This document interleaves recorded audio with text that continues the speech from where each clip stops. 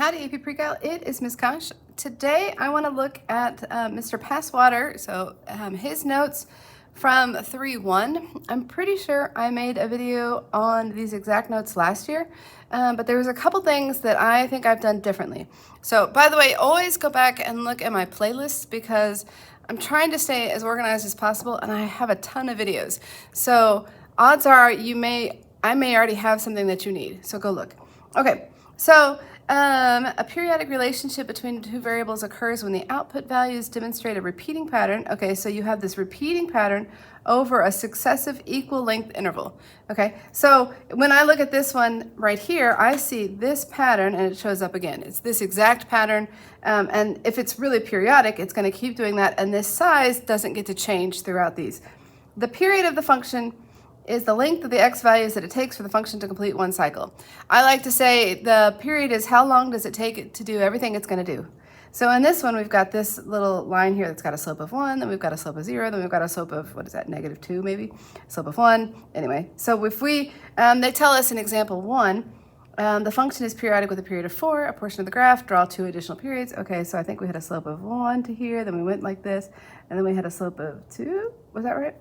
And then a slope of 1 here, and then this. I think that's right. I'm moving on. Okay, the next one, this is what I think this is what I learned how to do differently this year. And so what I started thinking about was what, on this one, okay, let me read the problem. The portion of the graph, the periodic function is shown above. What is the least possible value of the period? Oh, the least possible value, it looks like we've got 1, 2 units here, then we go down, then we go up, and then we have 1. Well, here's 1, 2, so down and up. I would think that if we start, if we start at 0, and then we go down, up, and across, and then we go down, up, and across. So this appears to be the period of 5. So what I started doing this year that I hadn't done last year, so the period, 5. Using that, we want to find these different values. Here's what I figured out to do this year. I would start to say, well, every time I repeat my period, I'm going to be at the same output value. Okay, since the period is 5, what I can say is if I let k be an element of the integers, which my kids have seen k's a lot already, I can say f, oh no, this is g. Okay, g of, well, 0 plus 5k, where k is an integer, that's always going to have the output value here of 7. So at 0, at 5, at 10, at 15, and so forth, we're going to have an output value of 7. The next value that I care about would be g of 1, and g of 6, and g of 11, and g of whatever. So this is g of 1 plus 5k, where k is an integer still. This is going to have an output value of 5. And then I can write as many of these as I find beneficial. Notice the problems that I'm looking at here are all whole numbers, so I'm just going to write maybe every whole number on this interval. So 2 plus 5k would be at 2, I had an output value of 6. G of 3, I wrote too big, but I think we'll make it work. G of 3 plus 5k, so what happens at 3 and then at 8 and so forth is that it equals 7. And g of 4 plus 5k is also 7. So this one's not quite so interesting because we see the same value at a lot of these integer output values. But here's the point. What I can do when I look at this one, I'm wanting to know what happens at g of 14. I can say, well, this is, I want to rewrite this so that it fits into one of these scenarios. Well, notice all of these values are either 0 or positive, so I don't want to say 15. I know that 15 is a multiple of 5, but 15 minus 1 is not one of these choices. I can do that, but to live in this world, I want it to be positive. So we could say this would be 4 plus 5 times 2. Okay, so whatever happens here, whatever happens at 14 is what's going to happen at 4. And what happened at 4? Well, we wrote that down. At 4, we were equal to 7. So this is going to equal 7.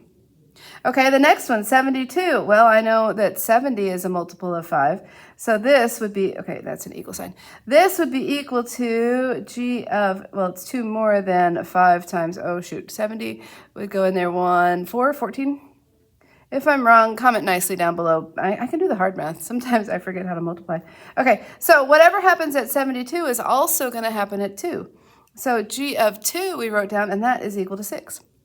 Okay, negative 17 on this one, what I would probably do also is g of, I want a positive number plus 5 times an integer, okay? And so if I say 5 times negative 4, that's negative 20. If I add 3, then that will match this scenario right here. And so this is also equal to 7. Okay. Let's see. The graph is periodic with a value of 5. Okay, values of h are shown at selected values. Find the following values. Okay, so 5, this would be, well, I could think of this as equal to h of 3 plus 5 times negative 1. Okay, so the period was 5 times some integer, and then I'd have to add 3. Notice up here, h of 3 is equal to 0. So h of negative 2 is going to match h of 3, and that's going to equal 0. H of 6 would be like saying h of 1 plus 5 times 1. If you wanted to write it as h of 5 times 1 plus 1, I'd knock yourself out. That works for me. I just had started doing it the other way. Okay, where am I? H of 1 is equal to negative 2, so h of 6 will match. Is this the only way to do these problems? No, but as always, do good math to a good answer. Okay, h of 9. All right. So h of, let's look at this first part. H of 9 would be equal to h of 4 plus 5 times 1. Do we know h of 4? We do. Oh, you didn't, but there we go. H of 4 is 3, so this is equal to, h of 9 would be equal to 3. So now they're saying h of that, so this becomes h of 3, which they already told us is 0 up in that chart. Fantastic. Oh, okay, what is this saying? H of 5k minus 3. 5k minus 3 could be rewritten. Oh, this is clever. Okay. I could take this 5k minus 3, and notice all of these input values are positive. I can rewrite this where instead of k, I have a k minus 1. Oh, do I want to teach this to you? This feels a little like what we do in my higher level IB class. But if I said, let's use a new variable. That's too many. Let's plug in n minus 1. If I do that, 5, this becomes a 5n minus 5, but I had a minus 3, so I need a plus 2 here. Okay, let me make sure this makes sense to you.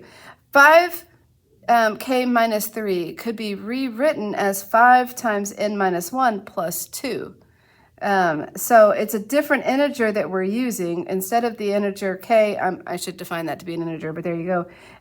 So what's happening at negative 3 will also happen at positive 2. Did they tell me?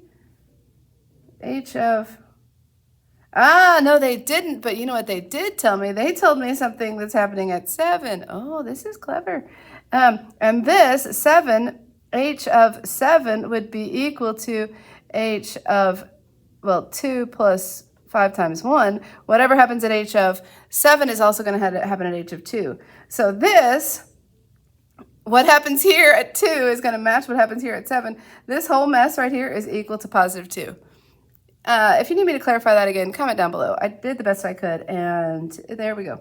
Okay, so let's see, it is useful to have notation to model this phenomenon. A periodic function starts with the basic pattern and translate the pattern repeatedly over its domain. As a result, we were able to consider periodic function as a horizontal translation of itself. And that's why, as we keep going, you're going to find that I may give you a sine curve, and you have infinitely many ways to write the equation, because you can write it with a translation like this, or you can write it with a translation like this, or anyway, you've got infinitely many ways to translate it. Okay.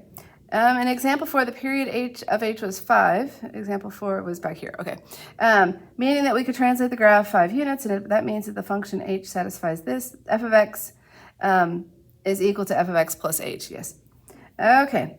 The graph is periodic. Two full periods are shown. Find all input values of f that yield an output value of 1. Okay. All input values that lead to an output value of 1. It is periodic and 2 full periods, so I go from 1 to 5 and then 5 to 9. So my period is 4. So what I'm looking at here is f of, is this f? Yes. 1 plus 4k will equal to an output value of 1. Is that right? No, I lied to you. I lied to you. What did I do wrong? Did you catch it? The graph started at 1, but I forgot that this, anyway, it's 2. My bad. I'm good, but I'm not perfect. There we go. Okay, and now the last part of his notes is what my kids are doing currently. So we already did this, but then we saved this part. And I think I have a video on this, but I want to talk about it again. Partly because I have a new way to discuss some of this stuff. Okay. So it's telling us we've got a large clock mounted to a vertical wall. The clock has an 8-inch moving minute hand. The center of the clock is 120 inches directly above the floor. So the center, so from here down, from here down, that is 120 inches. All right. Then it says at time t equals 0, the minute hand has pointed directly up at the 12. So here is time equals 0 at the very, oh, I'm sorry, you couldn't see what I was doing. The minute hand is pointed directly at the top at time equals 0. However, that's not 0. That's 12 at time 0. Okay. However, the clock is not working properly and the minute hand is moving twice as fast as it should. Thus, the next time the minute hand points directly up to the 12 is at time t equals 30. As the minute hand moves, the distance between the endpoint of the minute hand and the floor periodically decreases and increases. Okay, so it's going to go this way. So it's going to go all the way back around. It's back to this same place at time equals 30. So when does it get all the way down? It gets all the way down halfway through that time, so at 15. When is it this high? At time equals half of 15 is 7.5. When are we here? We're this high at t equals 22.5. Sometimes it's helpful to label the picture. Sometimes you don't need to. On this one, I can guarantee, it is my understanding that your FRQ3 will look, this scenario will change, but all of this down below will look so familiar. So if you practice, excuse me, there's no reason not to crush it on the AP exam. Okay. So they want us to write this equation. Well, this was 120 inches, but they said that that the minute hand was 8 inches tall. So you'll notice we go how low do we go? 8 inches less than 120. So this would have the y coordinate. This is as low as we go, 112. The highest, and then this midline is going to be something, 120, because that's when it's there at the middle. And then how high does it go? Well, its y value is 128, because it's 8 more than that. Notice the midline is always the middle of these two, and then the height difference is the radius of whatever is moving around our circle. Okay, so this one also has an output value of 120, and this also has an output value of 128. And now we have to figure out the input values. Now, what I have seen from AP is that they will say the t-values, answers may vary. I think it's reasonable because it's periodic, so you could back up the starting point somewhere else, or you can adjust. And I think that is a legitimate thing as long as you meet whatever requirements they tell you in the problem.